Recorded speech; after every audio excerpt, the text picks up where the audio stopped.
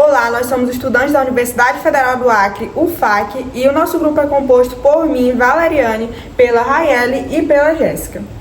Bom, neste vídeo vamos analisar como a religião, especialmente no campo neopentecostal, se articula com o poder político do Brasil, a partir dos documentários Apocalipse nos Trópicos, de Petra Costa, do documentário The Family, Democracia Ameaçada, e de investigações jornalísticas do Intercept Brasil.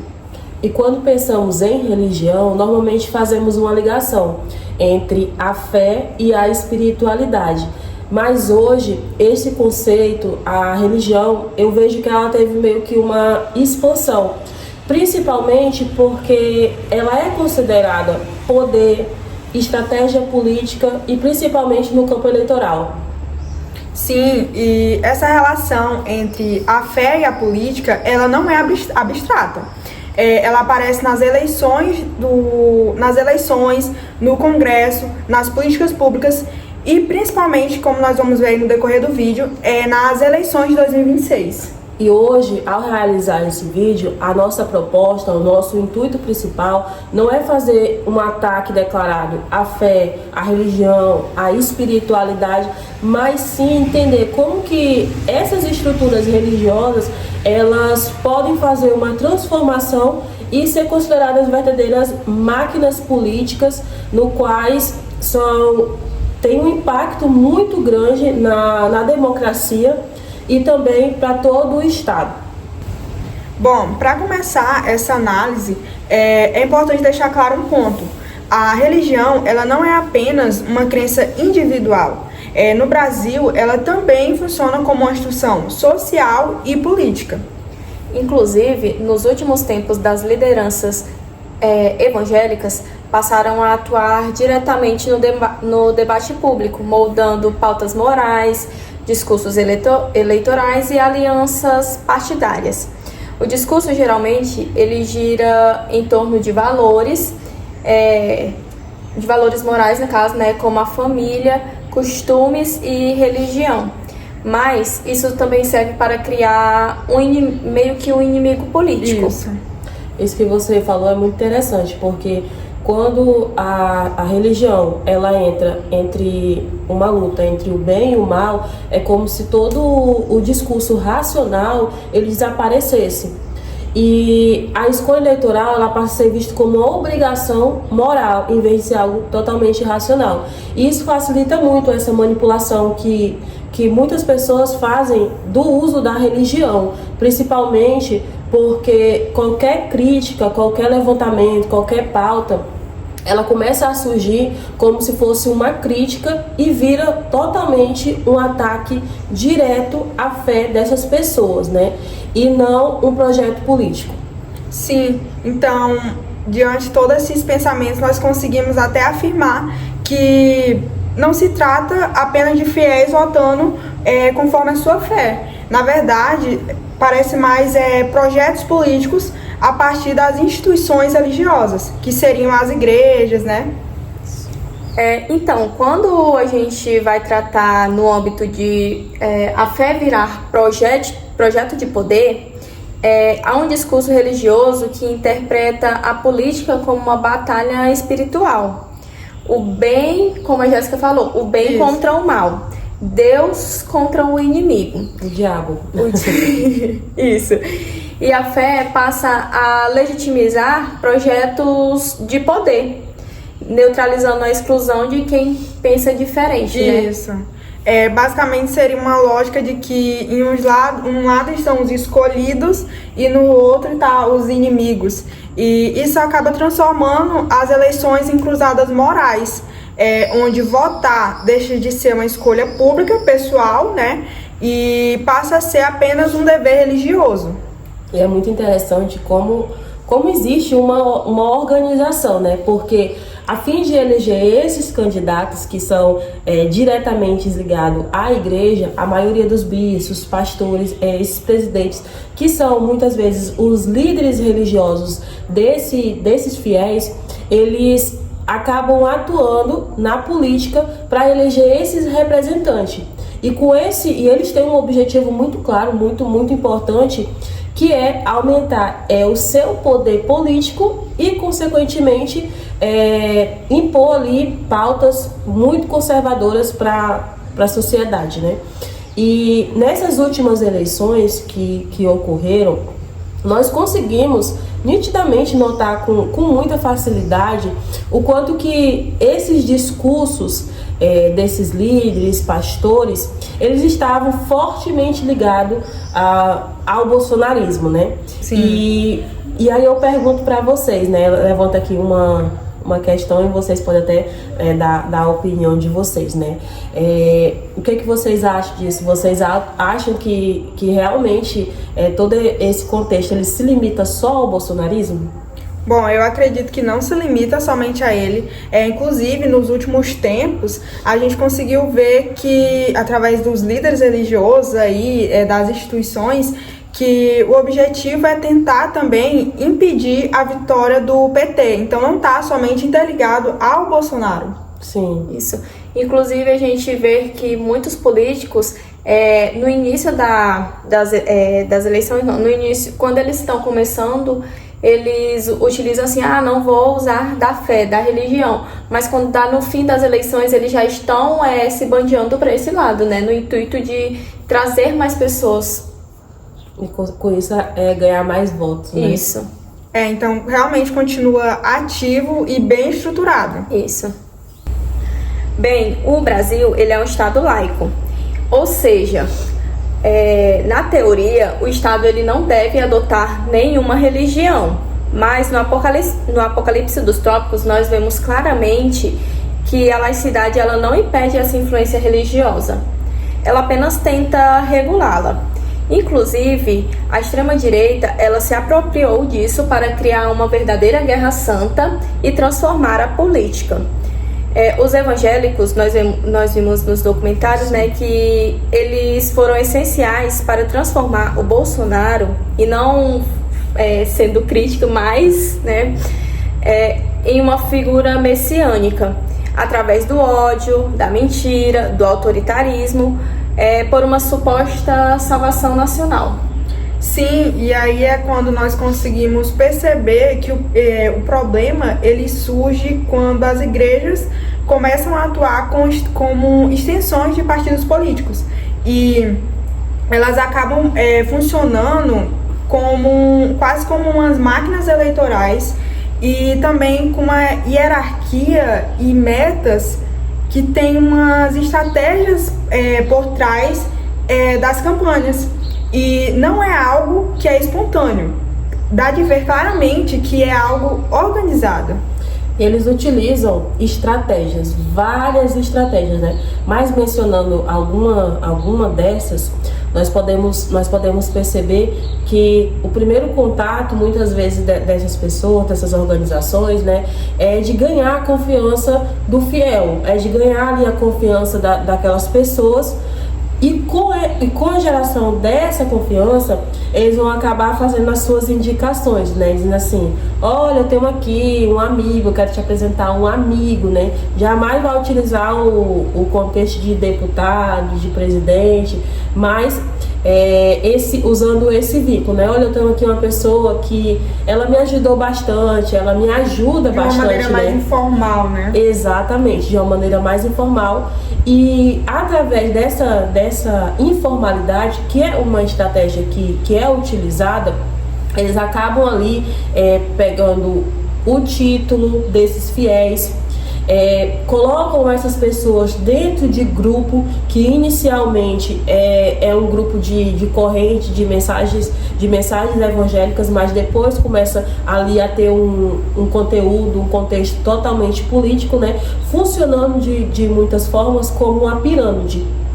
E isso é algo totalmente organizado, né? É algo totalmente estratégico para que venham com isso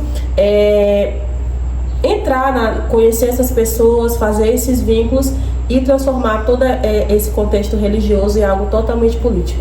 Sim, e então a igreja ela tem dado essas provas, né, dessas estratégias, das estratégias e também da sua eficiência eleitoral, onde ela não deixa de ser visível a conotação política. E, na verdade, essas estratégias aí, elas têm uma propaganda bem comum. É mais uma propaganda comum, né? É melhor que essas propagandas. Isso. Inclusive, isso coloca em tensão dois princípios, que é a liberdade religiosa e a igualdade democrática, né? Quando um grupo religioso ele se organiza politicamente para impor sua visão moral, o Estado laico ele deixa de ser apenas um conceito jurídico e vira o campo da disputa. Nós vemos que com essas visitas que você falou que os líderes religiosos fazem à casa dos fiéis, eles acabam que mudando completamente a mentalidade de um fiel. É como se fosse uma lavagem cerebral, né? Porque eles não se conhecem, aí eles vão ali como um amigo, apresentando como uma boa pessoa, uma pessoa que me ajudou, que consequentemente vai te ajudar, né? E no final de toda essa conversa, de todo esse contexto, acaba virando algo totalmente político e volta... Conseguindo atingir o seu objetivo, né? Exatamente. Trazendo agora para um cenário global... esses movimentos, eles não estão só isolados dentro dos seus próprios países. Na verdade, eles se articulam internacionalmente, porque eles acabam compartilhando discursos, estratégias e até o apoio político. É como se fosse uma tendência internacional de politização da fé, onde a rede de influência ela começa a ultrapassar as fronteiras e através dos seus projetos conservadores e que acabam acontecendo em várias partes do mundo ao mesmo tempo. E então, acaba que o que acontece aqui no Brasil também dialoga com as tendências globais de avanço do conservadorismo religioso na política, né? A fé, ela aparece como uma justificativa de decisões políticas que afetam toda a sociedade. Inclusive, agora levando um pouquinho para fora, nos Estados Unidos, grupos religiosos também exercem forte influência política, né? A fé ela aparece como uma justificativa para decisões que afetam tanto a sociedade de maneira forte, né? Ultrapassando até decisões judiciais. E através do documentário The Family, podemos aprender e compreender um pouco melhor que isso não se trata apenas de uma organização cristã, mas de um movimento muito articulado que é antidemocrático no conservadorismo religioso que aconteceu ali nos Estados Unidos e em Washington por cerca de 70 anos, né? Então, nesse contexto do documentário, surge uma pessoa muito importante que é o Doug Coe, e ele acaba agindo ali nos bastidores com muita influência, e ele sempre faz questão de não aparecer, né? Raramente o nome dele é citado, é mencionado, e ele surge ali com muita relevância, com muito poder, e como membro da família desde 1969. Então, esse grupo, que é o grupo The Family, ele tinha uma arma muito importante, que ele utilizou Jesus, que era a arma que eles utilizavam para toda essa guerra, né? Então, ele simplificou o cristianismo e toda essa simplificação que ele fez, ele acabou criando várias lideranças ali por onde ele passava. Ele se aproximava de pessoas que tinham muito poder, de senadores, de presidente, né, de pessoas que do âmbito político para conseguir ganhar força, conseguir ganhar visibilidade, mesmo não aparecendo, né? É até afirma o que a gente falou, né, que está acontecendo em várias partes do mundo. Exatamente, né? Então, qual que era o objetivo dele? O intuito dele era formar um homem em cada país, em todos os níveis da sociedade, principalmente focando nas relações. Entendi. Basicamente a gente consegue afirmar que o paralelo fica claro. A religião ela deixa de ser apenas uma crença, como nós já afirmamos anteriormente, e ela se torna uma estratégia de poder, onde a gente consegue ver que o poder ele está ligado até nos pequenos grupos. Sim. Como de costume, neste vídeo vamos levantar um questionamento. Se o eleitor ele vota por medo de ir contra a sua fé ou até mesmo a sua comunidade, isso realmente é liberdade política ou é pressão social organizada? Claramente não se trata de uma liberdade política. Dá de perceber que é sim uma pressão social organizada, porque, na minha opinião, quando uma pessoa ela não está seguindo a sua verdadeira posição eleitoral e ela está seguindo só o que a comunidade pensa, o que as outras pessoas estão disseminando por aí, ela está seguindo uma pressão social, né? E nós conseguimos ver anteriormente, né, que existem muitas estratégias que fazem com que a pessoa ela vá diretamente para esse objetivo, né? Pelos grupos religiosos. O que eles fazem? Eles tentam alcançar o maior número de pessoas para acabar conseguindo ali um votinho a mais, né? Então, obviamente, não é uma liberdade política. É uma organização, uma pressão social organizada em que nós não podemos exercer o nosso direito de fato, que é eleger uma pessoa que nos represente. Então, acaba que o eleitor ele vota realmente por medo de ir contra a sua fé ou a sua comunidade. Meninas, vocês sabem que nesse ano de 2026 a gente vai ter eleição, né? Com certeza. E através do Intercept Brasil a gente consegue ter algum spoiler que nos mostram algumas ideias sobre esse ano. Uma delas é que já existe uma disputa entre as grandes lideranças evangélicas pelo controle do eleitorado, que seria basicamente uma guerra dos donos. Que é até descrita como um Game of Thrones, né? Sim, o Game of Thrones religioso. Isso. E falando dessa guerra, existe uma tríade, e essa tríade ela é comandada pelo pastor Silas Malafaia, que é ali o responsável pela Igreja Assembleia de Deus Vitória em Cristo, a ADVEC, o Samuel Ferreira, que é o responsável pela Assembleia de Deus Madureira, e o conhecido Bispo Edir Macedo, responsável ali pela Igreja Universal, né? Então, esses três, eles tentam de todas as formas, né, principalmente na mídia, ampliar todo o seu número de fiéis que ali seguem eles e até mesmo ampliar ali a sua influência política para que com isso eles consigam eleger o máximo de deputados, senadores e, enfim, várias representatividades políticas. E entra até em questão, é engraçado que eles utilizam estratégias diferentes, né? Porque Sim. O Silas Malafaia, ele acredita que a mídia, ele utiliza da mídia e um discurso emocional, e ele acredita que isso vai eleger o deputado ou político dele, né? Já o Edir Macedo, ele é ali mais rasteiro, né? Que sorrateiro, fala. Né? Isso, sorrateiro. Ele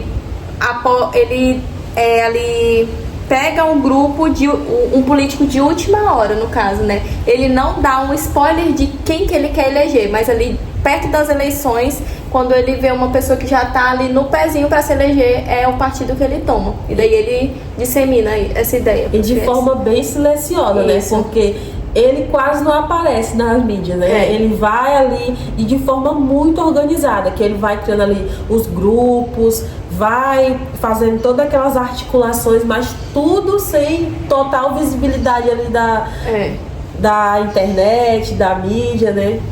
Sim. Então, para concluirmos, né, a religião e a política, como nós vimos, eles vão estar sempre dialogando, e o problema, ele não vai ser a religião de fato, mas ele começa quando esse diálogo vira uma dominação, né?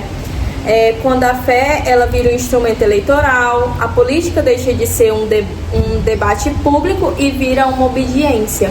Isso. isso acaba que enfraquece as instituições democráticas. Ao meu ver, a religião, a espiritualidade, a fé, ela não é um problema, porque todas essas coisas, elas fazem parte da sociedade. Mas quando a fé, ela passa a mobilizar, passa a excluir pessoas, aí nós já temos um problema, porque ela vai ser utilizada como meio de manipulação, até mesmo como uma ferramenta para controle político. Então, a mensagem que fica é que defender a democracia é garantir que nenhuma fé se torne regra para todos.